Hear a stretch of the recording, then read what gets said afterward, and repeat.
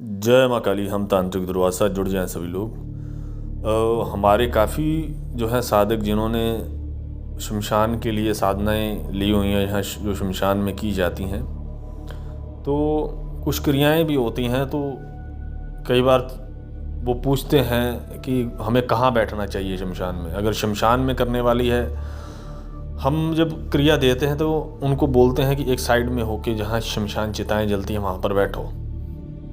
लेकिन कुछ साधक क्या करते हैं, वो शमशान की साइड में होकर बैठ जाते हैं, यानी कि शमशान की एक तरीके से बाहर आ जाते हैं।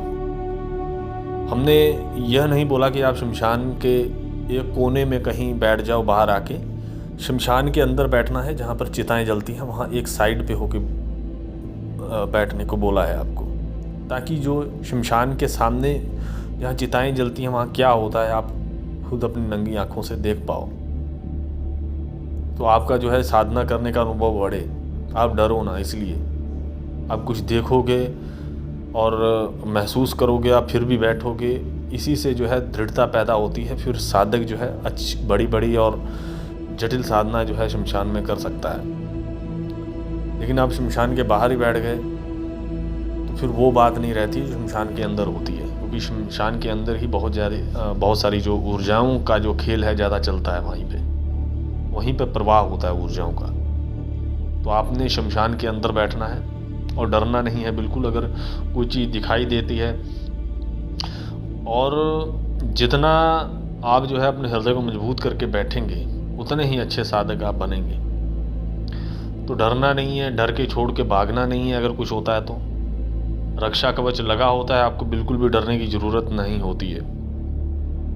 तो इन बातों का ध्यान रखना है। किसी ने भी जो हमारे से कोई भी व्यक्ति लिया है या लेने वाला है, वो शमशान के अंदर ही बैठे, ना कि शमशान के बाहर बैठे। उनको लगता है कि शमशान मतलब कि जहाँ पर सीमा जा रही है वहीं तक शमशान है, बाहर कहीं बैठ के कर ले। नहीं, शमशान के अंदर ही करनी है। जैसा तंत्र में विधि विधान है उसी प्रकार ही आपको करना है। कुछ साधक जो है अपने आप ही कोई विधि विधान हम बताते हैं तो अपने आप ही करने लग जाते हैं कि शायद हम उसको तोड़ मरोड़ के उस विधि विधान को थोड़ा सा टेढ़ा मेढ़ा करके उसमें जो है क्रियाएं करने लगते हैं। तो ऐसा नहीं करना है। जिस प्रकार से बताया है उसी प्रकार से करना है। अगर ऐसा हो सकता तो हम खुद ही आपको बोल देते, आप कहीं पर भी बैठ के साधना कर लेते। क्योंकि स्वयं हमें भी या किसी भी साधक को कुछ ऐसी क्रियाओं को उठाना होता है तो शमशान में जाना अनिवार्य होता है। तो इन चीज़ों का ध्यान रखना है। मिलते हैं। ये छोटी सी जानकारी इसलिए दी है कि आप गलती ना करो। तंत्र एक स्वयं में ही एक ऐसी विद्या है, इसको खोजा जा सकता है, इसको बनाया नहीं जा सकता है कि आप मतलब अपने मन से ही आप क्रियाओं को बनाने लग जाएं। अगर कोई क्रिया शमशान में करने के लिए बनी है तो उसको और जगह पे नहीं किया जा सकता उतनी उग्रता के साथ।